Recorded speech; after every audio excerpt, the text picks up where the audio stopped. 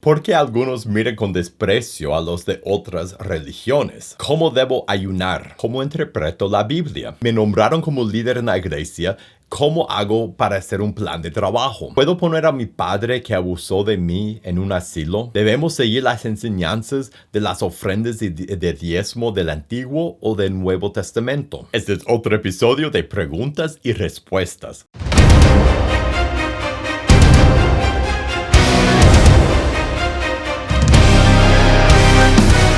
Hola, soy Felipe de pazcondios.com y este es otro episodio de preguntas y respuestas. En pazcondios.com nuestra misión es capacitar a líderes para equipar a la iglesia. Y si quieres ver todos los videos que publicamos, suscríbete a este canal y prende la campanita de notificaciones. Ahora, en ese programa de preguntas y respuestas, yo contesto las preguntas que me envían. Así que si tú tienes una pregunta de tema que sea, una pregunta de tu vida, de la iglesia, de la Biblia, de liderazgo, una pregunta de tema que sea, envíame tu pregunta a preguntas@pazcondios.com, preguntas@pazcondios.com para que podamos conversar de tu pregunta en un episodio en el futuro. Ahora vamos directo a las preguntas de este episodio. ¿Por qué algunos miran con desprecio a los de otras religiones? Y en la pregunta dice, ¿por qué hay personas dentro de la iglesia católica o evangélica que cambian su forma de ser y se sienten superiores a los demás y miran con desprecio como si no fuésemos humanos, que hay egoísmo, no hay compasión, no interesa lo que hay alrededor?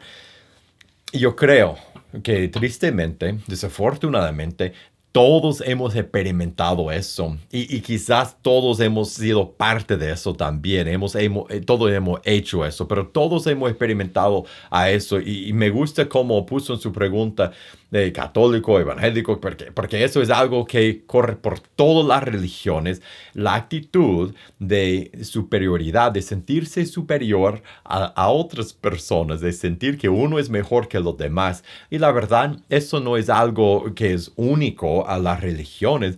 Esa es una actitud humana, una actitud de nuestra carne, una actitud que sale de nosotros, que personas que ni creen en Dios sienten. Todos tenemos la tendencia de sentirnos superiores a los demás. ¿Por qué?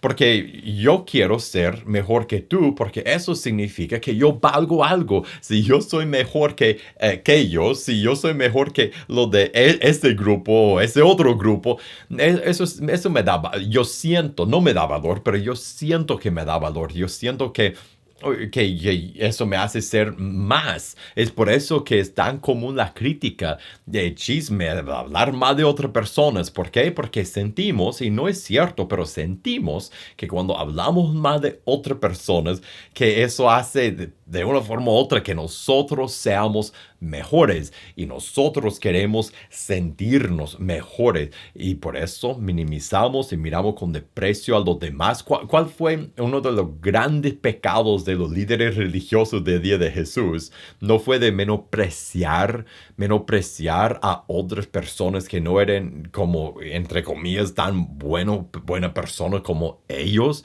Esa actitud ha existido por siempre y siempre existirá mientras que nuestra carne esté para tentarnos. Y lo que debemos hacer, en vez de mirar a otros que tienen esa actitud, lo que debemos hacer, pienso yo, es vernos en el espejo y ver esa tendencia en nosotros mismos. Yo debo ver dentro de mí esa tendencia de sentirme superior a los demás. Y si soy cristiano, si yo creo en el Evangelio, si yo creo que yo soy la perfección de Dios por lo que hizo Cristo en la cruz, que mi valor no viene de lo que yo hago, no vienen de mis obras, mi valor no viene de lo que yo podría hacer y tampoco viene por hacer más o ser mejor que otra persona.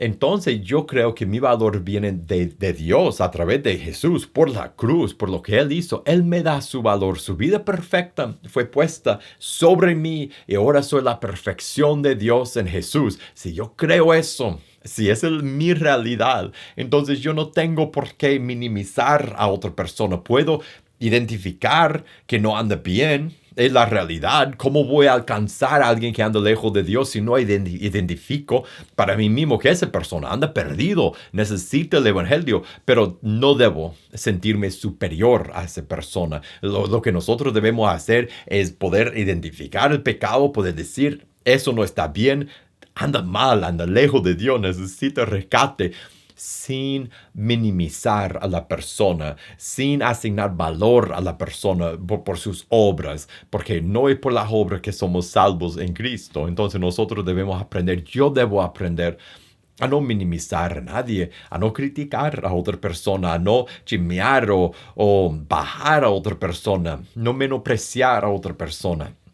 Lo que yo debo hacer es buscar y hallar mi valor en Cristo, en la cruz, y buscar compartir este evangelio con los demás. ¿Cómo debo ayunar? Y en la pregunta explica que tiene dudas de cómo se hace un ayuno, que tiene entendido que es dejar la primera comida de la mañana hasta el mediodía o no comer una comida durante el día. De cómo es el ayuno. Tradicionalmente, o sea, técnicamente, mejor dicho, lo que es el ayuno es no comer por un tiempo, no consumir calorías por un tiempo. El tiempo puede ser, bueno, una comida, como tú dices, no comer la primera comida del día.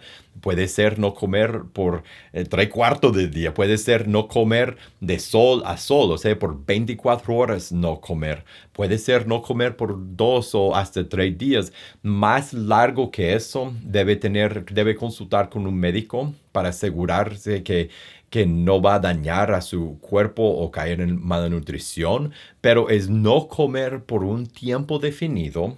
Y normalmente el ayuno se hace con agua y nada más. O sea, el ayuno estricto, el ayuno puro es con agua y nada más. O sea, no es con café, no es con jugo, no es con leche, solo es tomar agua por el tiempo en que está ayunando. Ahora, debido a diferentes estados físicos de diferentes personas, a la capacidad de diferentes personas, algunas personas que tienen que ayunar, que son diabéticos o que tienen problemas con el azúcar en su sangre, tienen que consumir algo y tiene que ayunar con jugo o tiene que tomar leche o tiene que hacer un ayuno parcial o tiene que ayunar de algo. Por ejemplo, come normal, pero no tome café si normalmente tomarían café.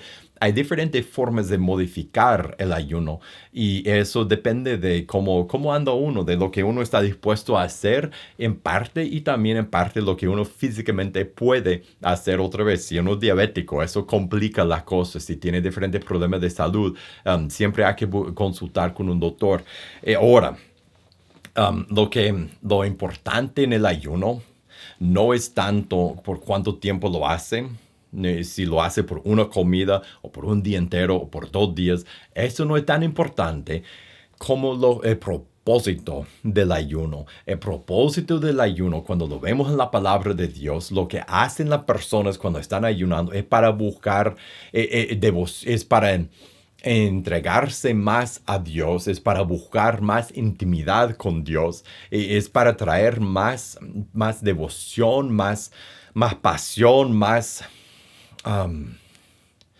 más intimidad a sus oraciones, a su tiempo con Dios, más enfoque a su búsqueda de Dios. Entonces, el propósito de la oración, del ayuno, es de buscar el rostro de Dios, de estar más cerca de Dios, de dejar de comer para que el deseo de comer que nosotros tenemos, el hambre que tenemos, nos traiga intensidad a nuestra búsqueda de Dios. En otras palabras, a leer la Biblia y orar y cantar. Entonces, lo que debemos hacer cuando estamos ayunando, debemos buscar estar en comunión constante, comunicación constante con Dios. Cuando sentimos hambre, debemos empezar a orar, debemos orar más, debemos hablar más con Dios, debemos usar el hambre que tenemos para traer intensidad a nuestra búsqueda de Dios. Debemos leer la Biblia más, meditar más en la palabra, usar eso como nuestro alimento en este tiempo. Entonces, si quieres ayunar, si nunca has ayunado antes, te recomiendo que ayunes por mediodía.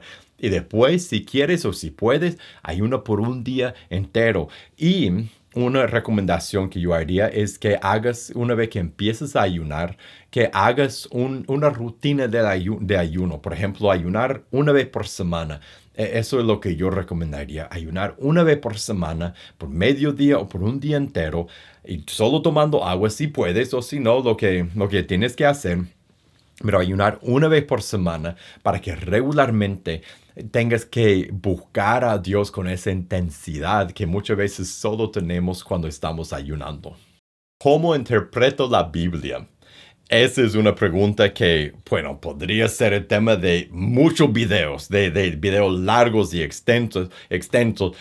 Yo voy a contestar esa pregunta con algo muy práctico, muy breve, pero muy práctico. La mejor ayuda que yo he recibido, que yo podría dar en cuanto a interpretar la Biblia, es eso, dos pasos. El primer paso es leer la palabra todos los días, más que una vez por día, pero por lo menos todos los días leer la palabra y leer un libro de principio a fin. Si estás leyendo Lucas hoy, empieza en Lucas 1 y continúa hasta llegar a final de Lucas en un día en el futuro, y después empieza otro libro. Leer la palabra. Para poder interpretar la palabra, la tiene que leer, y la tiene que leer en su contexto. Y por eso yo recomiendo la lectura de un libro entero, aunque pasa por varios días leyendo el mismo libro por varios días,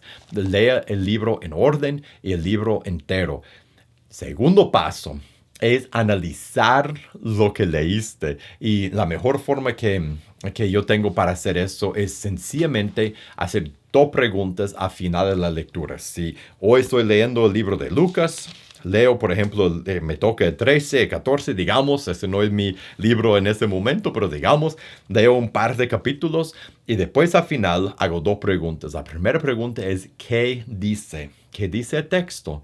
¿Qué dice? Y a veces tenemos la mente en blanco cuando terminamos y ¿qué dice? No recuerdo, acabo de leerlo, no recuerdo. ¿Por qué? Porque es una lucha espiritual. Tienes un enemigo que quiere cortar la influencia de la palabra de Dios en ti. No importa, puedes regresar y revisar rapidito lo que leyó oh, ya, sí, eso fue lo que dijo. Ok, después primero, ¿qué dijo? La segunda pregunta es, ¿qué debo hacer? La primera es para entender la palabra en su contexto. La segunda pregunta es para ponerla en práctica, para aplicarla a nuestra vida. ¿Qué dice? ¿Qué debo hacer? Leer la Biblia en su contexto y después preguntar cada día, ¿qué dice y qué debo hacer? ¿Qué acabo de leer y qué debo hacer hoy por lo que leí? Si tú haces eso, si lees todos los días y si preguntas al final qué dice y qué debo hacer, aprenderás a interpretar la palabra de Dios, escucharás la voz de Dios cada vez que lees y recibirás la guía de Dios a través de su palabra. Me nombraron como líder en mi iglesia. ¿Cómo hago un plan de trabajo?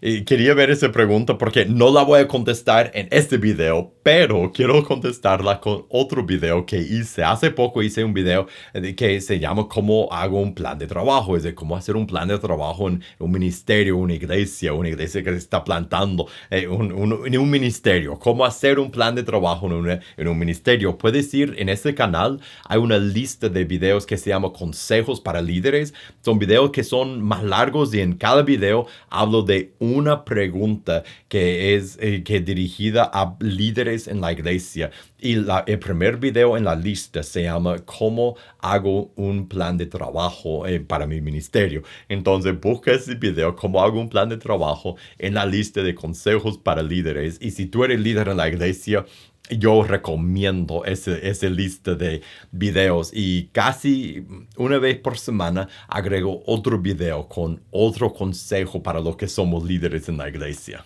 ¿Puedo poner a mi padre que abusó de mí en un asilo? Y la hermana que mandó la pregunta escribe cómo su padre abusó de ella severamente, sexualmente. Es una historia sumamente triste. Es inconcebible lo que hizo ese señor durante durante la niñez de la hermana. Y ahora el señor es mayor y necesita tener un lugar donde estar. Y la hermana lo ha recibido en su casa, pero ahora tiene su familia. Y parece por lo que cuenta que su padre sigue con las mismas perversiones, que no ha cambiado. Y quiere saber si ella puede ponerlo en un asilo. Y, y yo diría, en este caso, yo diría absolutamente. No por despecho, no por venganza, por su bien y por tu bien, por el bien tuyo y de tu familia. Porque si él sigue con lo mismo de antes, ¿qué garantía tienes que algún día no hará algo a uno de tus hijos? Tú tienes que proteger a tu hogar, tienes que proteger a tus hijos. Y si él es así, y ha sido así, y sigue siendo así, yo definitivamente, inmediatamente lo pondría en un hogar, lo pondría en un asilo. Tienes que protegerte a ti misma y a tu familia. Y eso es tener demonio en tu hogar y traerá más daño y más destrucción a ti y misma y a tu hogar, a tus hijos. Entonces él no puede estar ahí.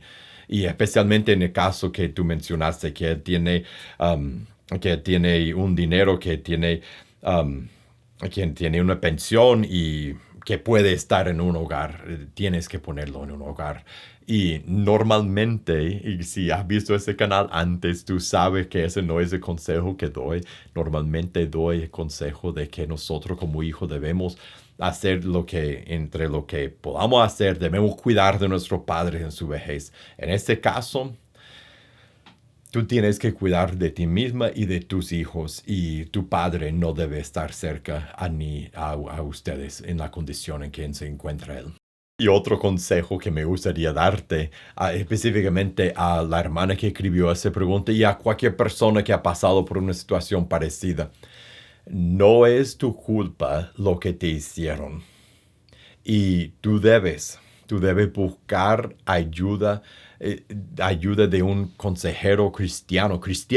Debe ser un consejero cristiano, pero un consejero cristiano que te puede ayudar a tratar con ese trauma que experimentó y con el abuso que trae y puede ayudarte a procesar todo eso. Y si ya lo has hecho, me alegro. Pero si no, debes buscar a alguien, a un consejero cristiano, que sea cristiano, por favor, pero un consejero cristiano que te ayude a tratar y procesar y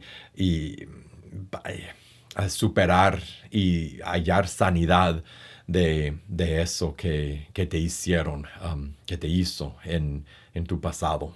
¿Debemos seguir las enseñanzas de las ofrendas y de diezmo del Antiguo Testamento o del Nuevo Testamento? El hermano que escribe la pregunta describe que su teología, lo que él ve en la palabra de Dios, es que bajo el nuevo pacto hay nuevas enseñanzas acerca de las ofrendas y de diezmo, pero con su esposa asisten a una iglesia en que enseñan de las ofrendas y de diezmo de punto de vista del Antiguo Testamento y que parece que lo usan para manipular y para sacar dinero de la gente. Y ese es un problema que se encuentra en muchos lugares hoy día. Y mi consejo sería ese.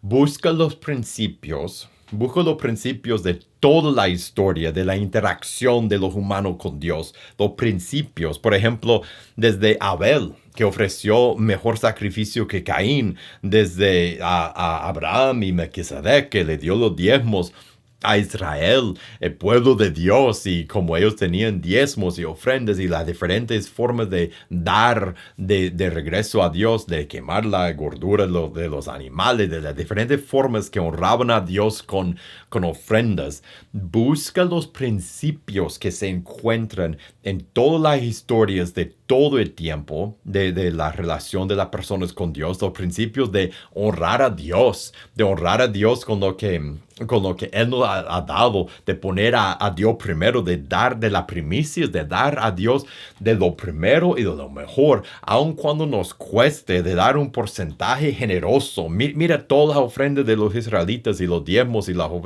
porcentajes, todo lo que ellos daban a Dios. Es de dar un porcentaje generoso de lo que Dios nos ha dado, de darle primero, de honrar a Dios con nuestro dinero y con las ganancias que Él nos da. Busque sus principios en toda la historia, pero, y también el principio de la bendición, el principio de Malaquías, aunque fuera bajo el viejo pacto, es el principio de la bendición y de dar a Dios de lo primero y de lo mejor, o de ser egoísta y quitárselo y quedarse con lo que uno debe dar a Dios y no ser generoso, y como eso corta la bendición. Busque esos principios, viva según esos principios, pero la enseñanza específica que nosotros debemos dar y incorporar en nuestra vida acerca de las ofrendas y de los diezmos debe venir del pacto actual en que nos encontramos. Es el nuevo pacto. Entonces, busque los principios de las primicias y la bendición y de honrar a Dios y de dar un porcentaje generoso. Busca todo eso en toda la historia, pero basa tu enseñanza específica en lo que dice en el Nuevo Testamento, en el ejemplo de la primera iglesia, en cómo vivían los primeros cristianos, en lo que Pablo dice en 1 de Corintios, en los ejemplos de los hermanos que ayudaban a otros hermanos Perdón, dije 1 de Corintios, de 2 de Corintios, 2 de Corintios 8 y 9. Y como diferentes iglesias ayudaban al apóstol Pablo y a otros en su trabajo, en su ministerio.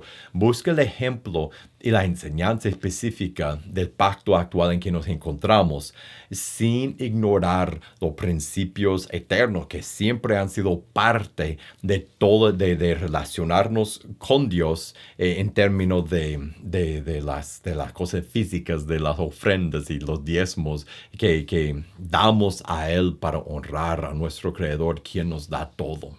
Y ahora hemos llegado al final de este episodio de preguntas y respuestas. Muchas gracias por pasar este tiempo conmigo y gracias por las preguntas que me han enviado.